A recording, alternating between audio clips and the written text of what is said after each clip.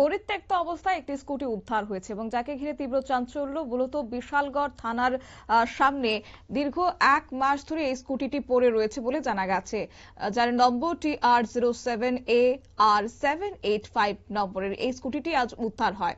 তবে খবর রয়েছে থানার নাকের ডগায় বাইক পার্কিং দীর্ঘ 1 মাস ধরে একটি স্কুটি পড়ে থাকা এলাকার ব্যবসায়ীরা অনেক খোঁজাখুঁজি করেও কোনো রকমের খোঁজ খবর না পেয়ে শেষ পর্যন্ত শনিবার সকালে খবর দেওয়া হয় থানায় এবং তারপরে পুলিশ ঘটনাস্থলে ছুটে এসে সেই স্কুটিটি উদ্ধার করে নিয়ে যায়। কি উঠে আসছে বিস্তারিত শুনুন। এটা ঘটনা হয়েছে আজকে প্রায় 1 মাস হইব। একটা স্কুটি আপনার দেখছি না, আজকে অনেক জিনিস 1 মাস হইব। অনায়া থানা থেকে পুলিশ লেগে গেছে। এটা কোন জায়গাতে আছে? এটা পার্কিংয়ের ভিতরে বাইক লাগে। এটা কি থানার সামনে পার্কিং? থানার সামনে, থানার সামনে। কখন পুলিশে লেগে গেছে? পুলিশ লেগে গেছে।